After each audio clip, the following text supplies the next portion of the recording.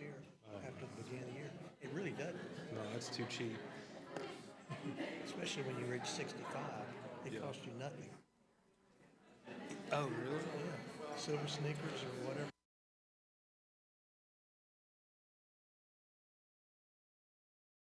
Same thing. All right.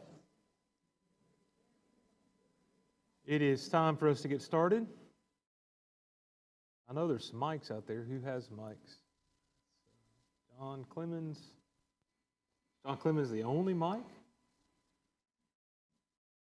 Or Benny. Oh, Benny's got a mic. Okay. We are with on the Following the Messiah, and we're on page 83 of your new book, which is technically page 1. I think we explained this last week, but the Following Messiah series is actually 26 lessons, so we split it in half, is what we've done. And so this is the second half of the book. Let's start off with a prayer, and then we'll get into the class. Benny, you got a mic. Would you lead us in a prayer real quick? Our Holy Father, we thank you so much for this good day you've given us, for taking care of us, providing for us as you do, Father. Thank you for this hour that we have to open your book and study and help us to glean all that we can so that we can be better people, Father, so that we can be pleasing to you and more like Christ every day. Be with Terry and Joe as they lead our thoughts. And keep us in your care this week. We pray in Christ's name. Amen. One of the things I want to point out is that last night I sent out an email for co-teachers, and we'd love for you to help us out with that. So we'd encourage you to do that. Before we get into the video, we're going to start off with our first Slido, hopefully. Let's see there. Okay, John, it's not clicking, so if you'll just click for me, just click the slide, that should do it. Go to full presentation at the green button.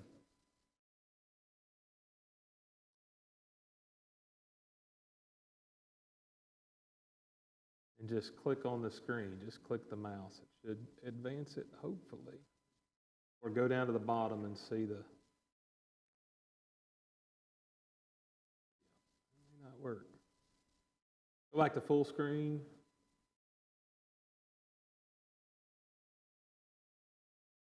Get the kinks worked out. Now scroll your cursor down to the bottom and see down there, click on that. Right there. Good, click on that, and hopefully it takes us. There we go. All right, so this is your first question. What details do you remember about the miracles Jesus performed? And this is how the book did this, is ask you this question before you watch the video, so we thought we'd do that real quick. So what details do you remember just about Jesus' miracles? General question. If you watch the video at home, then you get to cheat a little bit. If you did not, then just what general details do you remember about miracles that Jesus performed? You can put anything in there you would like to put in there. While you're doing that, Joe, I can tell you that one of the things that stuck out to me when I thought about this question was just the variety of signs that Jesus did. Yeah. Yep. That it's not just necessarily one thing, but when you start going through all the ways he exhibited his power, whether it's raising from the dead or healing from the sick, we think about those, but then walking on the water and calming the sea, or one of the more remarkable ones to me is his ability to know the hearts of men. And we might not call that a miracle. We may just recognize that as the power of the divine, but still that's something we can't do. Mm-hmm. Yeah. I'm shocked, and this is not really Jesus' miracles per se, but I'm shocked at how frequently and how early he's opposed in his, we've got Mark chapter 2 when he cures the man who they lower through the roof, and the opposition starts right then, and it's really early in his ministry. Yeah. You can probably count on one hand, and I'm just guessing at this, of the miracles that he doesn't get pushback. No pushback at the Cana, the wedding feast, where he creates at least 600 bottles of wine, and you do the math, and a handful of others walking on the water. He doesn't get pushback, but that's more of a private event. But there's just so much. How can you look at it? And then the raising of Lazarus, where they decide, okay, this is it. We're going to kill him, and we're going to kill Lazarus. Right. You got to be pretty cold to see miracles like that and decide you're going to react that way. There's a lot of great answers here. He forgave sins, used miracles as proof. Miracles show his power. They were instant in most cases. Compassion benefited others. The disciples were astonished at the power of the wind and the waves. The sheer multitude of the ones who benefited, witnesses, effective tool to reveal himself and who he is. A lot on the Sabbath. Authority over nature, sickness, death, etc. Sometimes required faith of others, not always. And that's one of the interesting things is also some of them are very active, and some, like one we see today, is a somewhat passive sign. Mm-hmm. And those are interesting as well. So all great answers. We're going to escape out of that, John, and we'll start the video, and then we'll come back and discuss more in a moment.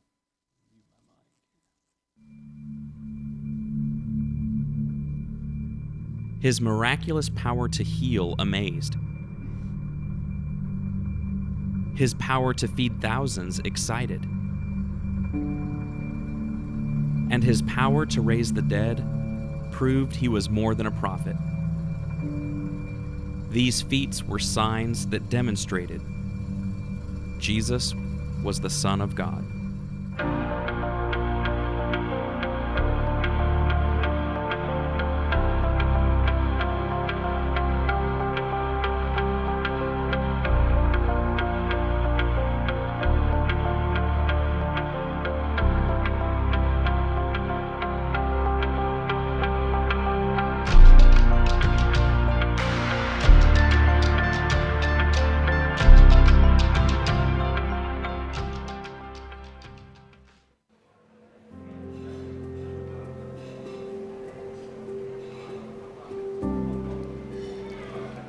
There have always been people who claim to be able to perform miracles, but when Jesus started performing his miracles, they were so numerous and the quality was just so impressive.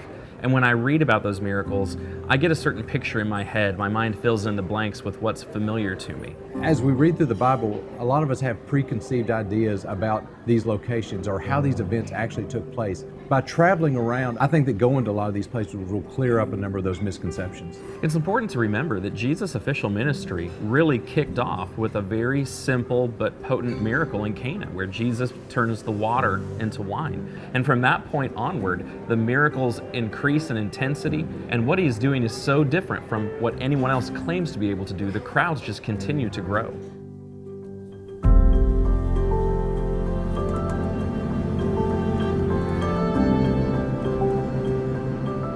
We're wanting to talk about the miracles of Jesus, and there's a place over here on the eastern side of the Sea of Galilee that you're taking us. What miracle did Jesus perform over here?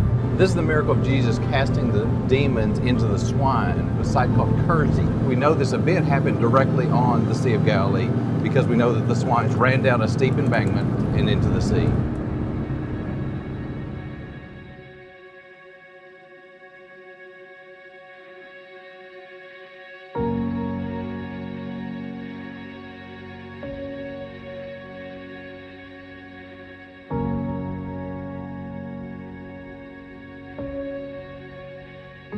Jeremy, we've come to the eastern side of the Sea of Galilee and we've kind of climbed the hill a little bit. And I did that because I wanted us to read a passage. They came to the other side of the sea, the country of the Gerasenes. And when Jesus had stepped out of the boat, immediately there met him out of the tombs a man with an unclean spirit. And of course we know this story as the story in which Jesus has compassion on this gentleman and heals him of his demons. Now, this is a really famous story. This is the man that is possessed by Legion, and the other gospel accounts let us know that there were 2 men that were healed that day. It was during that trip over here from Capernaum when Jesus calmed the storm. And as soon as he finished healing this man, they asked him to leave, and so he sailed right back. He came over here for 2 Gentile men across a stormy sea, which I think speaks a lot to the compassion of Jesus. We know that he cast the demons out of the man and into a herd of pigs, and the herd, numbering about 2,000, rushed down the steep bank into the sea and drowned into the sea. And of course, you can kind of picture that whole story happening right here. It's not just a cliff that goes to the edge of the water. There was a considerable distance, at least a few hundred yards, between the bottom of the embankment and the water's edge. That just changes how I've always imagined that. That herd of swine would have rushed down this really steep hill, gone across this flat area, and then run into the sea. Normally, an animal has a sense of self-preservation. And so even though it may have survived running down a steep embankment, it would have stopped in the plain, but these thousands of pigs didn't, which further attests to the fact that there was something controlling them other than themselves. Jesus performed signs that demonstrated that he was from God, that he had control over everything and everyone, even spiritual forces like demons. You know, the details at the beginning of Mark's account of this event are really helpful because they let us know the desperate condition that this man was in. He was separated from his family. He was living in the graveyard. He was basically living as a dead person. He was out of his mind, out of control. He was hurting himself, showing these signs of deep distress. And Jesus takes care of all of those things. So when the people come back out, he's sitting, he's clothed, he's in his right mind. It would have been a startling and a shocking sight for the people to come out of town and to see the aftermath of those animals drowning and to see someone who they had tried to help for so long, finally healthy and in his right mind. And something that's emphasized down through the text is the begging that takes place. When Jesus gets there and Legion recognizes Jesus, he begs Jesus to spare him. And then later on, you have the townspeople begging Jesus to leave them because they're afraid of him. And then you have the man who's been healed begging to go with Jesus, the man who's finally helped him. And I think what Mark is trying to help us do in that chapter is to challenge us with how are we going to respond? Are we going to be so afraid of him that we beg him to leave like they did? Or are we going to respond as the healed man and beg to stay close to him because of what he does for us?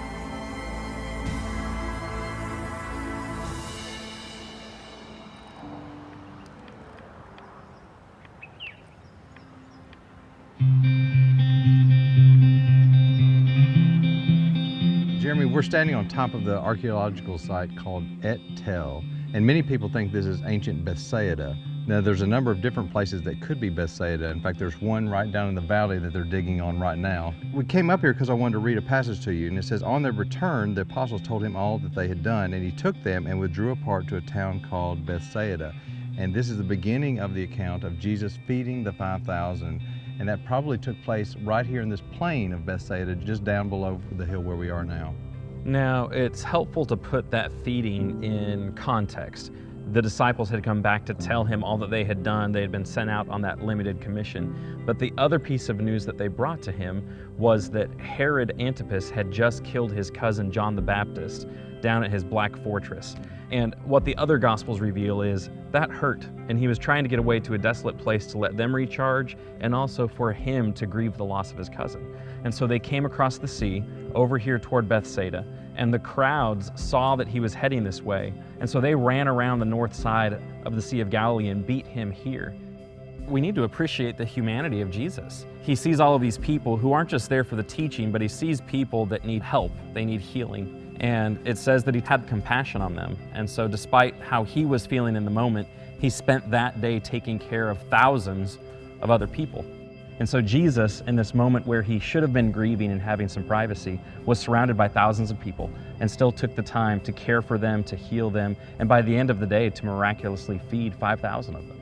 And Jesus looks at Philip and asks Philip, "Where do we go and buy food for these people?" And I think the reason he pointed Philip out was because Philip was from Bethsaida. Philip would know where to get food for these people. Philip's response is, "We don't have the money to buy enough food for all these people."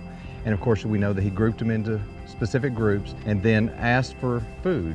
And one boy produced 5 loaves and 2 fish. So imagine, if you will, 5,000 people spread out across this plain right here.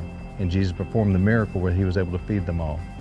Now, John's emphasis is that Jesus is actually able to miraculously produce food for people, very similar to the way that God produced manna for the Israelites in the Old Testament.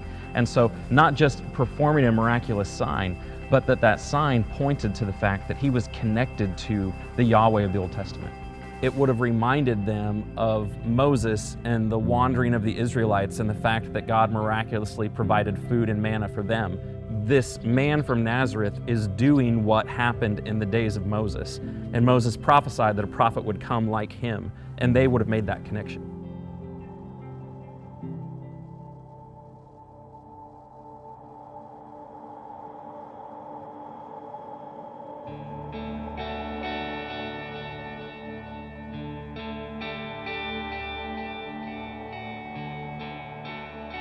After Jesus was rejected at Nazareth, he moved to Capernaum and really set up this city as kind of his home base for his ministry in this area. A lot of the miracles that are recorded in the gospel either took place here or just outside of here. When he walked across the Sea of Galilee at night, he was coming from the opposite side of the sea, coming toward Capernaum. And if he hadn't intercepted the boat, he would have passed by them and come here to this harbor. We mentioned the casting out of the demons into the swine. Well, that started here and stopped here. He took off from Capernaum, and then when he came back to Capernaum.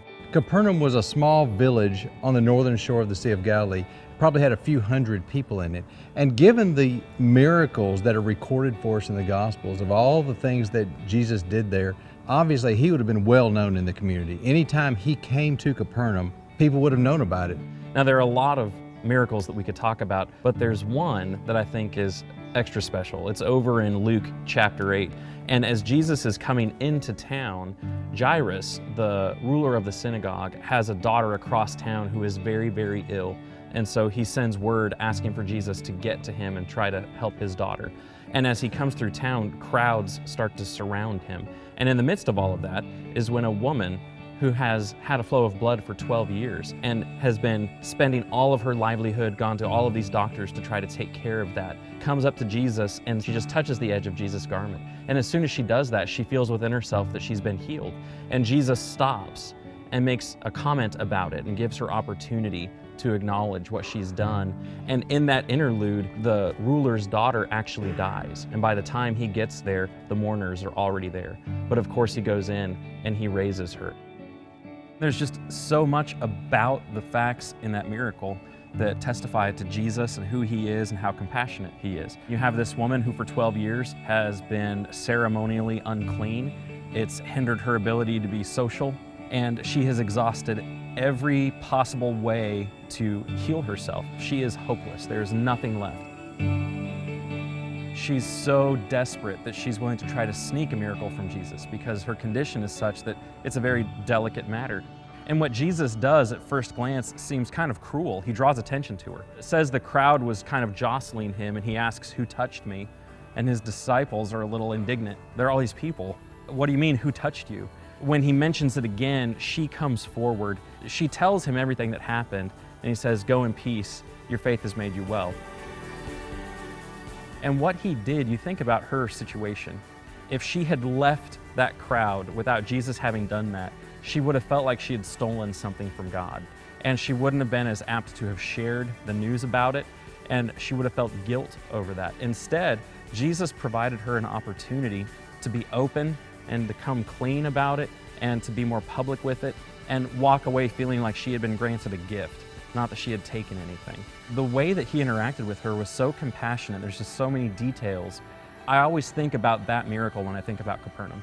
But unfortunately, after him living there and doing so much, Capernaum is one of the towns that he pronounces a woe on when he's done with his ministry because it says they didn't believe, which is just so shocking to think, look at all that he said and all that he did in that spot, and the town didn't believe.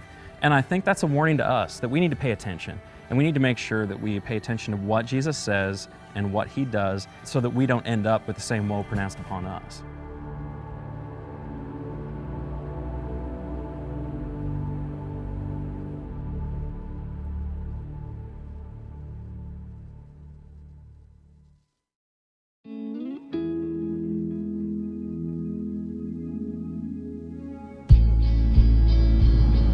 We're actually driving through Cana. This is one of the two possible locations of the first miracle that Jesus did, where he turned the water into wine at the wedding feast.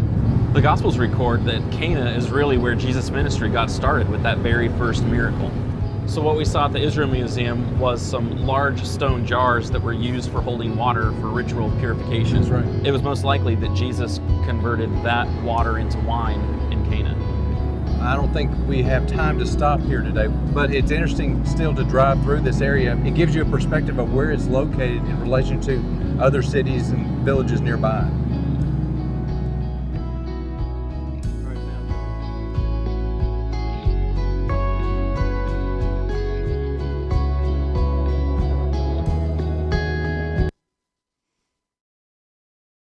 Right.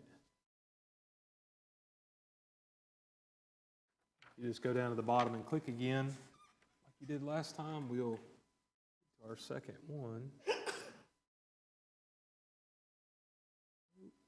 Click again.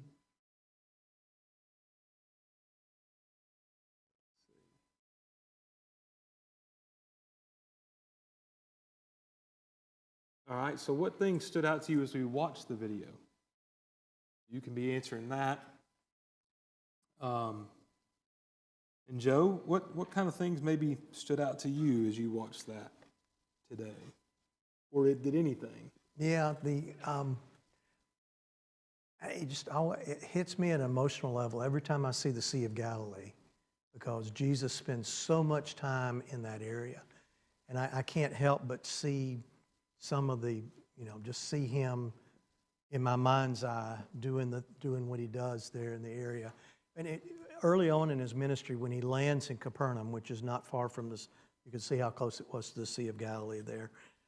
He has a place, and the paralytics get dropped through. But every time you keep picking it up, and he calms that sea, and he walks on that water, and he calls Peter, Andrew, James, and John, and then he does the miracle of the fish. And if I'm not mistaken, John 21, it's the same thing. He's back in the same spot. And he also does the miracle of the great catch of fish. It hits me at an emotional level, and that's not really what this is about. But just getting to see where he walked is pretty special. One of the things that stuck out to me that was interesting was, and you've talked about this before when you were teaching Mark, was the triads, and here specifically the three beggings of Mark 5 in the story of the man called Legion, or the demons called Legion. I think one thing I might actually slightly take a different view on was the connection of Jesus to manna. He actually makes that the next day. Not while he's feeding them, but when they come seeking more bread and he turns them away, is when he connects himself to the manna. Yeah. And really there's more talking, and we've talked about that recently in a sermon about bread being the bread of life. It's really the connection there, more so than when he's feeding the 5,000. Yeah. So it's just a slight different view of that. Some of the answers here, Jesus spent so much time in that area, the cities are not far away from each other. And they're not, although they would have taken a long time to travel just because they didn't have the ways to travel we do. Compassion, knowing what someone needs, not only the physical need, but his unselfishness. That the pigs actually ran down a cliff into a plain, and I think that's pretty interesting as well. That's a detail where seeing the video and seeing the land and the topography of the land help you to understand that story better. Because, like Jeremy said, I've always just pictured him just kind of almost like a Wile E. Coyote Roadrunner kind of scene, running right off the edge of a cliff and dropping into the water, and that's not exactly true. And kind of really the way we ought to see it is, even if it had been all the way uphill, those pigs were going in the water. They were going in the water. We'll talk about that hopefully in a minute. There was no doubt that a miracle had been performed. It was obvious to me people. Jesus was in control of everyone and everything, even the demons. Distance from the incline, the herd went down the river. Publicly mentioning the woman that touched him could be interpreted as compassion. And before, it always pictures swines going over a cliff into the water. So that's a pretty common one there. The swine picture is a pretty common one. Let's go to the last one there, if you don't mind, John, and what truths were revealed from the miracles we discussed tonight? And we're going to discuss them more, but just what truths did these miracles reveal about Jesus? This was one of your questions as well. So that's an interesting question. Look forward to some of those insights. I think one of those is certainly that there is an acknowledgement of his connection to God, and especially, and not so much from Jesus, but from demon who connects him to the Most High God. That's one of the things that's very interesting, and we may talk about why that is a little bit, or some thought about that.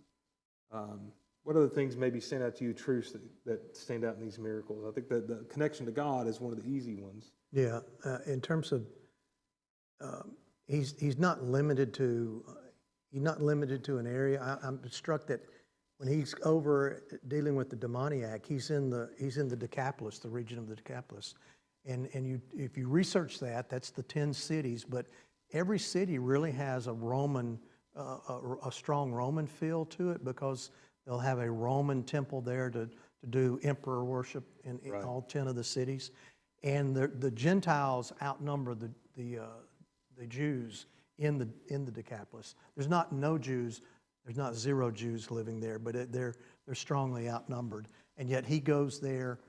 His compassion takes him there to heal one man, or heal two men, according to Matthew. Right. But then he gives him purpose in life.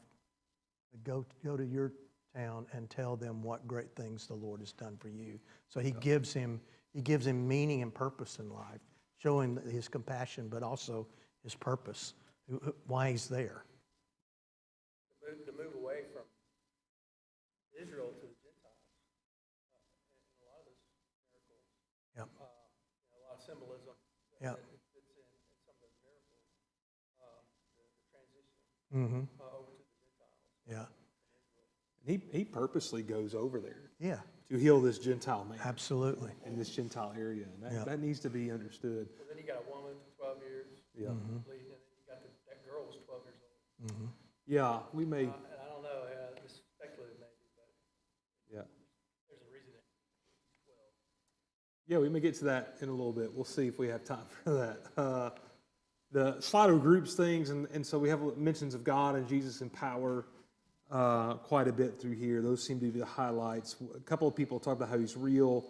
I like this last one. He is God. He is real. A fraud would have been limited to an area or to one miracle. Jesus proved his divinity in every way. That's a really excellent answer, and one that I think needs to be highlighted. And unexpectedly. Yeah. I mean, just start with the first one in Cana. It's just Yeah. unexpected. His mother says, He even didn't expect it. it's kind of what it looks like. Yeah, because he tried to say no. It's not time, and she pushed him and forced him to do that. I want to spend some time tonight in Mark 5, and we could talk about a little others. But I think the couple of the miracles in Mark 5 are really powerful. And beginning with the demonic man, we've mentioned that this is a Gentile area, and we've mentioned that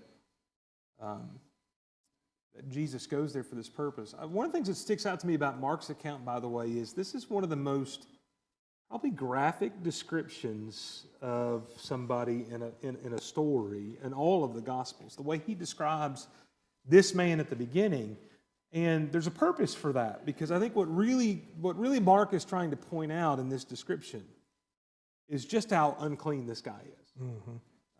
And desperate. And desperate. Yeah. I mean, the demons, that alone we think would make him unclean, but the other thing is he's living among tombs, and living among tombs would make you unclean. So the other thing you have is you have a guy, and you later have this lady of 12 years that have both been unclean for an extended period of time, both of them. And I think that's purposeful. And so that's interesting, the way he's described, and he couldn't be bound, and and so you see this wild man living out among the tombs. And it's helpful to kind of get the mind's eye of how they did burial practices back during this time.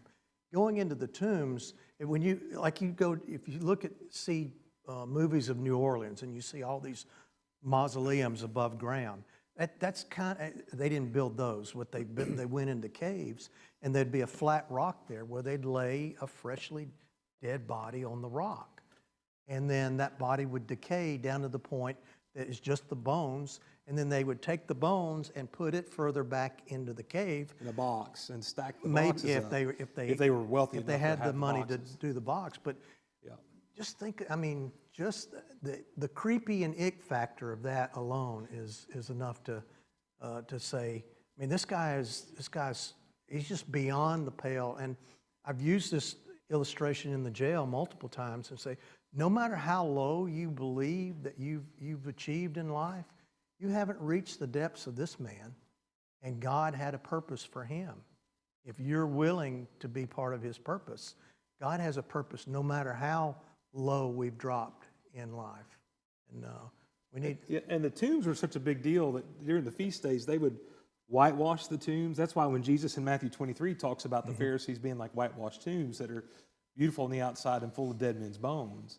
And the reason they did that is so that when you were journeying to Jerusalem, you could avoid the tombs. So as Jesus is saying that, you can imagine, and we've seen how brown the countryside is, but imagine looking out and seeing all the faces of these tombs bright white against that landscape. And that's what you would have seen. They would have really stuck out. And so that all of that was just to keep them clean. And so this guy's living there.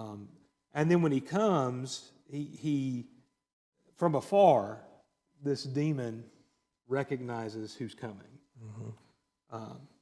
And it's interesting that one person I read today said this acknowledgement of him as the Son of the Most High God is not so much a profession of faith, but almost an attempt by the demon to try to exert control over Jesus to a degree, which is an interesting thing to think about I hadn't thought about before. But he begs not to be tormented. Not the man as much as the demons beg not to be tormented. The demons are in control of the man. And Jesus, this is not the only demon-possessed person that Jesus deals with. I can't think of a single time where the demons don't acknowledge who he is. And to me, that's part of, at least, I mean, it's Mark's story and it's the other synoptic gospel story as well, is that Jesus proves who he is by testimony and by action. And so when you get testimony from God early on, this is my beloved Son in whom I'm well pleased, well, you can't have better testimony than that. But think about it at the other end of the spectrum. Your enemy also says the same thing. Your enemy, the demons, say, we know who you are. You're the Holy One of God. And so both ends of the spectrum are giving testimony. And so it's just, as they say in a court of law, done. Yeah. Or maybe they don't say that, but something similar to that. One of the things that's interesting is we see what the purpose of demons is here. Does anybody know what the purpose of demons is, maybe from this story? Anybody? Any guesses? John? It shows sin alive. Okay. That'd have been an interesting one on Slido to see. Yeah. To me, and this is partially that, but what demons really do is they seek to completely corrupt the image of God. So what you see here is, we don't think about that, but this man, just like us, is made in the image of God. This demon has taken him and he's completely changed his life, how he lives and what he does. And it looks nothing like, when you think about it, among the dead, unclean, it looks nothing like the image of God in his physical everyday existence. Can't be controlled, can't be calmed down, can't be bound.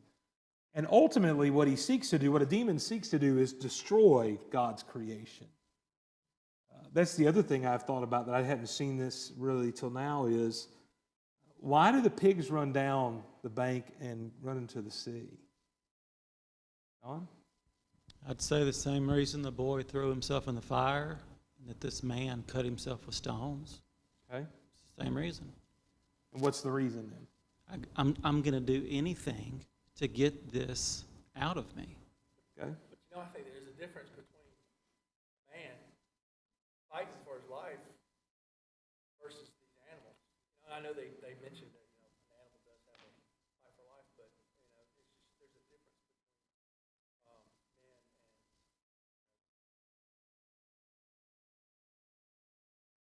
here's 2,000 pigs versus that can't stand a second with a demon in them. This man's been trying to kill himself. I mean, trying to cut himself and kill himself. Just fighting. Yeah, Fighting for life. I personally think, I don't know about you, Joe, but this just shows that the demons would eventually have done this to the man. That was their purpose, was to destroy God's creation. They really already have. Yeah, they already have, but then to get to the point where literally permanent. that's going to be his end, is Yeah. to physically take his own life like the pigs do. And I think the reason that's important is because as a kid, I used to think maybe that Jesus sent him into the pigs and made the pigs run to kill the demon, and that's just not the case.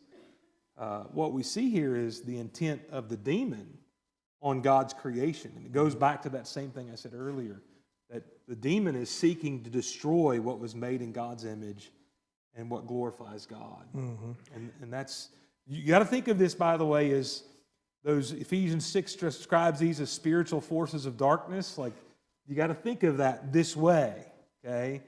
Battle of darkness versus light, demons versus God. And that's where some of that understanding comes from. And think about it here. What they've created in this man is they've created people fear this demoniac.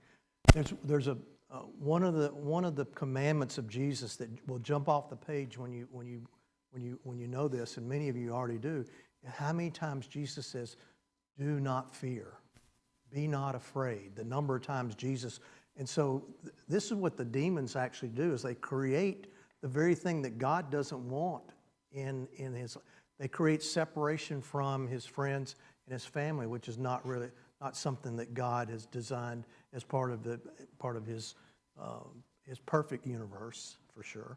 And then the other thing is he does everything on his own to destroy himself. I mean, living around, there's disease associated with dead bodies, but also the cutting of himself and whatnot. He's self-destructive, which is just the opposite of what God created us to be. Yeah, and one person said that Jesus halts the destruction of the man, but when they go in the pigs, the demon is successful in its purpose. That's a good way to look at it. Maybe trivial, but why do you suppose Jesus honors their request? The Sends them demon? into the pigs, yeah. Do you have any thoughts on that? I think he knew the outcome, and he was okay with Yeah. us. The lesson of the pigs was enough for us to go, okay, this is the end result. And this is the end result of chasing after or aligning ourselves with the evil one. This is what our lives look like. I've often thought, too, it's better to go in the pigs than another man. I mean, we kind of get this feeling that the demon has to go somewhere, or is going to go somewhere. John? That was going to be my question. It's like, where did they go after the pigs are in the sea? And I guess one hypothesis is, well, they were maybe they were extinguished from the earth. Maybe they had nowhere else to go. Yeah, I don't know. It's just a maybe, but it kind of just fits the mold. Yeah, one final little thing about this is that the ancients believed monsters come from the sea, and this is a interesting kind of perspective of this, that, as you said, this is a heavily Roman governed and so forth. There's Roman temples. Jesus goes to this area.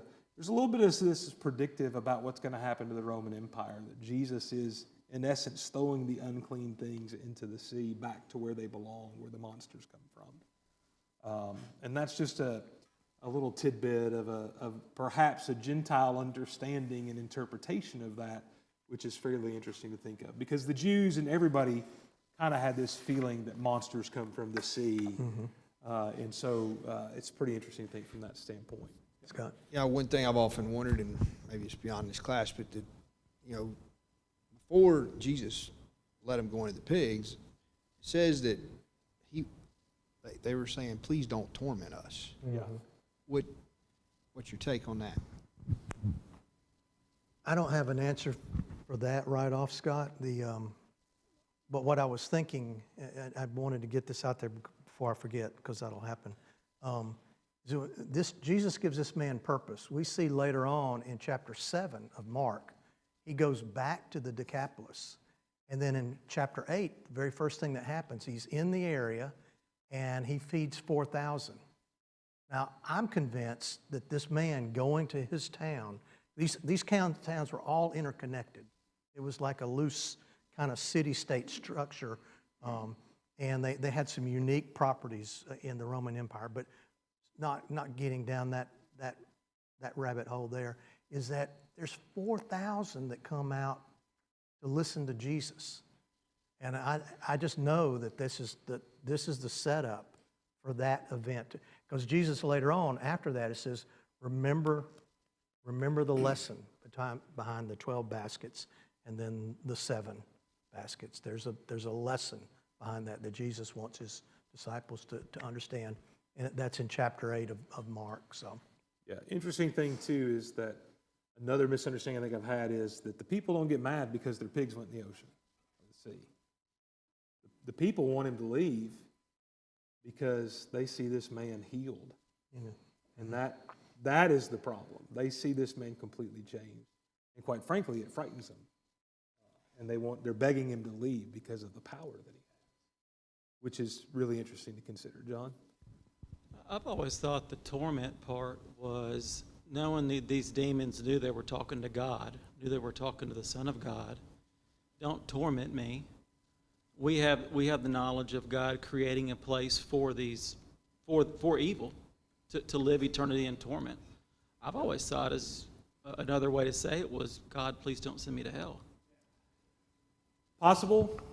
I mean, that gets into a whole lot of other discussions because there's other passages that talk about hell being a place reserved but not used yet in regards to that. And the other side of this is, let me say this about that realm. We could guess a lot of things about this demon spiritual realm, but the reality is I just think that's above my pay grade. I just think that there's a psalm, I think it's Psalm 133 or 131 that says that my eyes don't deal with things that are too haughty for me. And sometimes the answer to some of those questions is I just don't know. And I'm not sure I can comprehend that fully. I'm going to be a little more dangerous than that. There's a verse that talks about this kind of and I have no idea what it means, back to Scott's, but it says, when the unclean spirit has gone out of a person, it passes through waterless places, seeking rest and finding none. It says, I will return to my house from which I came. This is kind of a reverse of that. And I didn't mention that because it's technically a parable. We sometimes argue about whether or not we can apply truths. But it's just at the end of the day, there's some things I just don't know. It's an interesting passage. Yeah. It's like people ask me, are there demons today? And my answer to that is just, I don't know. I'm not sure, and I can't tell you with 100% satisfaction. I know part of that could be that we just don't see things through a spiritual lens like they did because we become too knowledgeable. But I'm just not sure about all of those things. I tend to believe there are demons because there are still angels, I believe. And so I think that that's still there. But how do I explain all that? I just can't.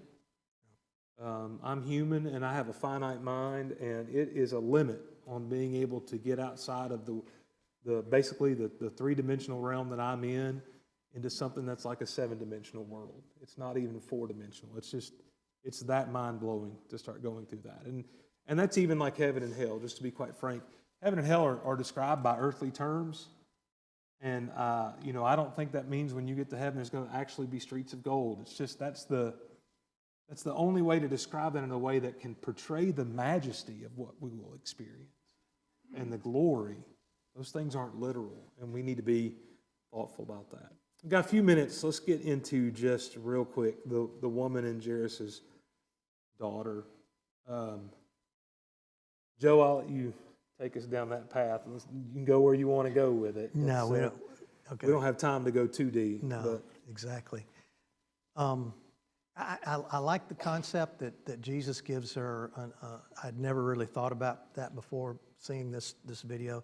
He gives her the opportunity to own up and to feel better about. I haven't considered it enough to really know if that's one of. But it strikes me that both of these situations are they're very similar to the demoniac in that there's no hope. She's exhausted hope, and this is all that's left. And then, of course, the daughter. And no one's been raised from the dead in forever, and so this daughter is now dead. So it's hopeless for the parents. And so when Jesus comes on the scene, what happens is that the hopeless have hope, and the dead rise, and those who are bleeding are terminally sick. These are stories of resurrection, essentially. Right. You've got somebody who's lived in the tombs, lived unclean, lived like a wild man, who's now dressed normal, functioning fully. So you have old life, new life. You have somebody who's been, you have this recreation. You have this lady who's been with this issue that makes her unclean continuously for 12 years. And now she's made clean again. And then you have this daughter whose life is ended, and then it was given back. One of the things that also sticks to mind to me, this is that, this is something I've just recently kind of, I guess, come to grasp with, is Jesus goes to these unclean situations, but you can't make God unclean. Right. That's the distinction between him and them. And that's something that, just to think about that it's impossible to make Jesus unclean. So I think Takes care of the unclean. yeah, he takes care of the unclean. Yeah, he was sent to do that, right. Yeah. I'm just making the point that because he's sinless, he can't be unclean. That's what distinguishes him from everybody else, is the inability to essentially not only sin, but because of that, not inability, but the choice not to sin also makes it, and he can touch an unclean person, or they can touch him. That would have made anybody else unclean, by the way. That's the interesting thing, and that's the point. And I got to think that one or some of the apostles at least were out there when they were dealing with Jews mingling with Gentiles.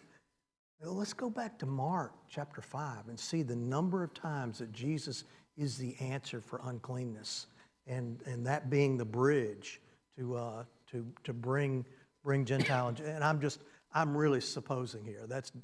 I could never prove that in a million years, but that would be a strong lesson for. Sure. Yeah, not even just the Gentiles, but he breaks all the social norms, talking to women, dealing with women, all those different things just weren't allowed. He does all of those things. I'll end with this. You mentioned the 12 baskets and the 7 baskets, and it's important. The 12 baskets are on the Jewish side of the sea, and the 7 baskets are on the Gentile side of the sea. And 12, typically, we didn't get into maybe supposed theories about the other uses of 12, but 12 generally represents God's people. So with the 5,000 and the 12 baskets, I think that's very clear that that's a reminder that Jesus has come to the Jews. But with the 7, which is the number of completeness, we see now he's come to all of God's creation, not just the 12 tribes. And that's an important sign, if you will, in these signs that we need to pick up on. We're out of time. Well, Thanks. one quick thing Yep. on 7.